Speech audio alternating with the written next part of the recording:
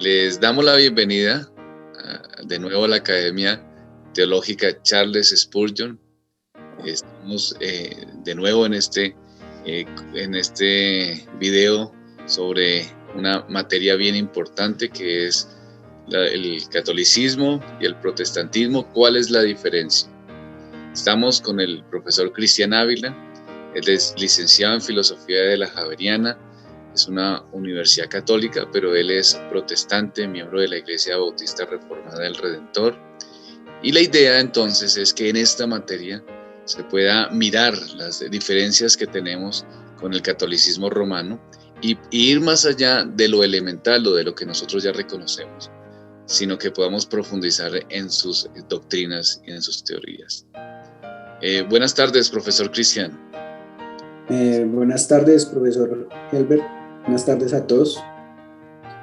Me gustaría hacerle unas preguntas de la materia para que nuestros futuros candidatos a ser participantes de este proyecto académico que quieran inscribirse puedan tener una idea de lo que van a recibir en el momento de su estudio.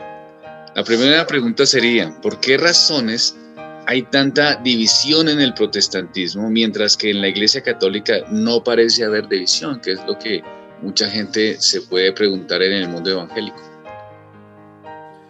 Me parece que una de las razones por las cuales no pareciera que viéramos una división en la Iglesia Católica es por su calidad de ser una sola, ¿no? En el protestantismo, debido a que la Iglesia toma autoridad como local, entonces una diferencia entre una iglesia y otra se hace más pública. En el catolicismo no pasa eso. El catolicismo, al ser una entidad más grande, se maneja todo más internamente y más entre ellos y no se hace tan público a la gente. Pero sí hay mucha división entre ellos. Para mencionar una de ellas, entre muchas, hace poquito lo que pasó con los jesuitas, ¿no? Los jesuitas hasta hace casi 20 años fueron retomados como parte de la Iglesia Católica, pero ellos fueron expulsados y fueron considerados herejes en su momento. Y tuvieron unas discusiones teológicas internas que nadie sabe sino ellos. Solamente ellos lo saben, pero pues nadie sabe, nadie se imagina que, por ejemplo, la Universidad Javeriana, donde yo me gradué, duró casi 10 años en exilio de aquí de Colombia, porque Colombia era un país católico en ese momento. Y ya después pudieron volver a ser una universidad establecida cuando los retomaron otra vez dentro de la Iglesia Católica. Entonces sí hay muchas divisiones que esperamos podemos ver en el curso. Qué interesante esto, no lo sabíamos y creo que es un buen apunte porque la gente tiene una perspectiva diferente de la cosa. Si el Papa es la máxima autoridad para los católicos, ¿por qué podemos ver que hay diferente oposición que se le da a él dentro de la misma Iglesia Católica? Eso es una cosa muy interesante, tanto teológicamente como socialmente, porque sabemos que, por ejemplo, una de las grandes diferencias entre el protestantismo y el catolicismo fue la diferencia con el Papa. El Papa no es la máxima autoridad, sino es la Biblia. Desde ahí partió el protestantismo. Sin embargo, dentro de la Iglesia Católica siempre se ha considerado al Papa como la última autoridad. Él es el que interpreta la Escritura, él es la última palabra. Pero con este último Papa, con Francisco, ocurrió algo interesante en ese ámbito, y es que a la Iglesia no le ha gustado lo que él ha dicho. Entonces pareciera que fuera no conveniente lo que él propone, entonces ya pareciera que la parte teológica cesa y surge la conveniencia de los demás. Entonces es algo que inclusive hasta el mundo ateo ha consternado a todo el mundo, ¿no? Porque los ateos dicen, ese sí es un papa mío, pero son ateos. Los ateos pueden estar de acuerdo con Francisco, pero los cardenales no. O sea, los que están por debajo del papa ven esa jerarquía. Entonces eso es una situación que amerita ser estudiada por nosotros los protestantes en cuanto a que es una oportunidad para mostrar que tal vez las otras doctrinas no se fundamentan en la Biblia, sino en una situación política, social y acerca también de la conveniencia de quienes están ahí. Muy bien. Hay una cosa que es bien sabida, que realmente entre el catolicismo o las circunstancias que se dan en el catolicismo, pues hay oposición, como nos manifiesta el profesor Cristian, y el punto es que a veces los protestantes no vemos esas realidades, no las entendemos, y por eso sacamos juicios sin entender lo más profundo, sino nos vamos básicamente a lo elemental. Otra cosa es que para los que nos escuchan, Cristian hizo su tesis de grado en San Agustín, y hay una pregunta que es bien interesante en relación a eso. Los grandes reformadores de la historia y los católicos más estudiosos han citado con abundancia al obispo San Agustín de Hipona. ¿Por qué razón los protestantes, si él dice claramente que solo hay una iglesia, que esta es la católica universal, entonces ¿por qué los protestantes los citamos? Bueno, Agustín siempre ha sido una referencia para todos, ¿no? Inclusive hasta para los mormones, lo citan.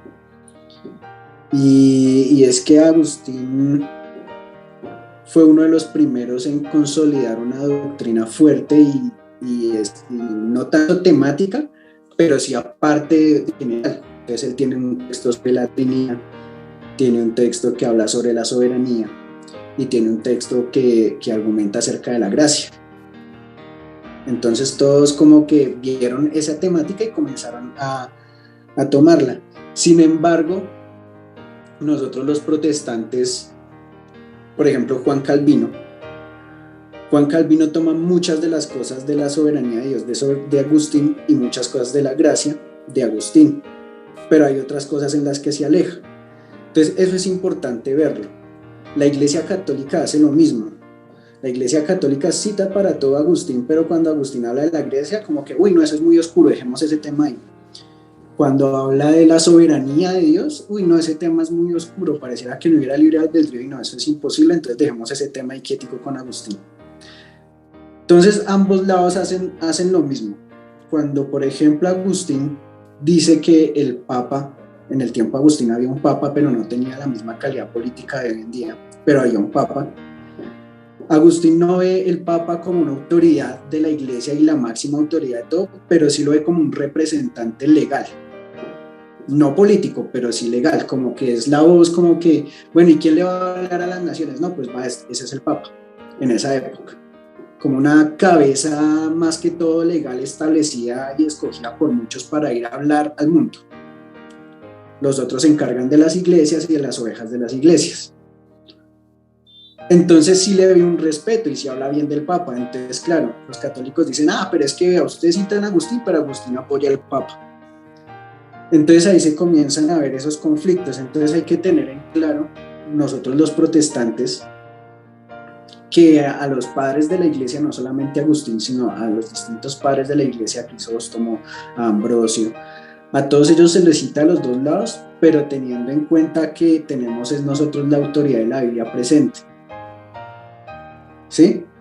Y esa es una de las distinciones de la Iglesia Católica. La Iglesia no lo cita a ellos teniendo la Biblia presente, sino ellos citan simplemente porque es el padre de la Iglesia y le dan una autoridad. Él es San Agustín en la Iglesia Católica. Para nosotros es Agustín, un teólogo y muy reconocido y lo apreciamos mucho, pero para la Iglesia Católica es San Agustín, es alguien santo, es una autoridad suprema, casi como el Papa. Entonces es esa diferencia, la visión con la que ellos ven los padres a la que lo vemos nosotros es abismal. Muy bien, excelente. Profe, para terminar, las personas pueden estar pensando, bueno, ¿para qué me puede servir a mí un curso de catolicismo y protestantes y ver la diferencia que tenemos? Entonces, para los hermanos que nos escuchan, para los pastores, para los líderes, para los que están en obra misionera en países católicos, ¿para qué nos serviría este curso? Bueno, la respuesta a la última pregunta se me ocurren tres aproximaciones para hacerla. Una de ellas es el contexto de nuestro país. Nosotros sabemos que nuestro país históricamente ha sido un país católico, entonces hay más católicos que cristianos. Y esta es una buena manera de establecer una conversación con ellos, de mirar las diferencias, siempre mirándolo como lo dice Ramsey, en el texto que lo vamos a ver, no menospreciando, ¿sí? No menospreciando al católico y lo que ellos creen, sino acercándose como una oportunidad de poder discutirlo y hablarlo y así llevarles el evangelio y que ellos también conozcan la perspectiva protestante. Un segundo acercamiento que me parece sumamente importante, y vuelvo a lo que ocurre con el Papa Francisco, y es que es un papa que ha sido muy ecuménico en la historia del catolicismo. El catolicismo siempre en relación con el protestantismo ha sido muy lejano. Siempre si ustedes son diferentes, ustedes son herejes y nosotros somos la Iglesia Universal. Pero este papa no ha hecho eso. Este papa se ha acercado al protestantismo y el catolicismo no es la única manera de acercarse a Dios, también se puede por medio del hinduismo, se ha acercado a los musulmanes, se ha acercado a los protestantes, a los neopentecostales, si quiere acercarse a todo el mundo. Entonces hay un ecumenismo muy fuerte por parte de la Iglesia Católica, que viene de la Iglesia Católica.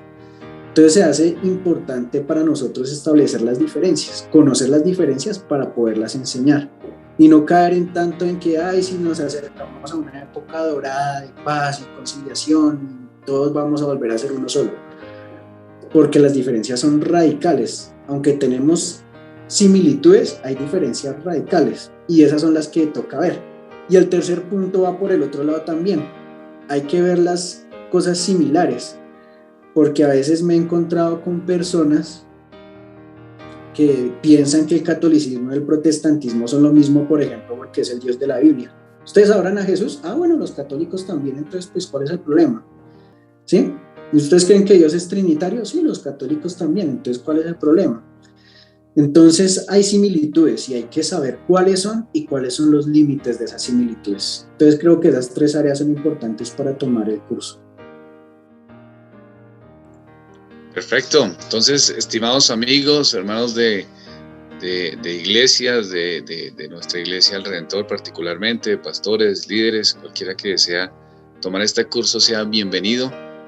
Bienvenidos. La Academia Charles Spurgeon ha diseñado una metodología para que sea en línea, pero de manera simultánea, es decir, las clases se harán con el profesor en el mismo momento y se desarrollarán las temáticas por medio de talleres, examen, una parte académica bien importante. Entonces les animamos a que puedan inscribirse y puedan trabajar con nosotros y aprender esta nueva materia. Que el Señor les bendiga.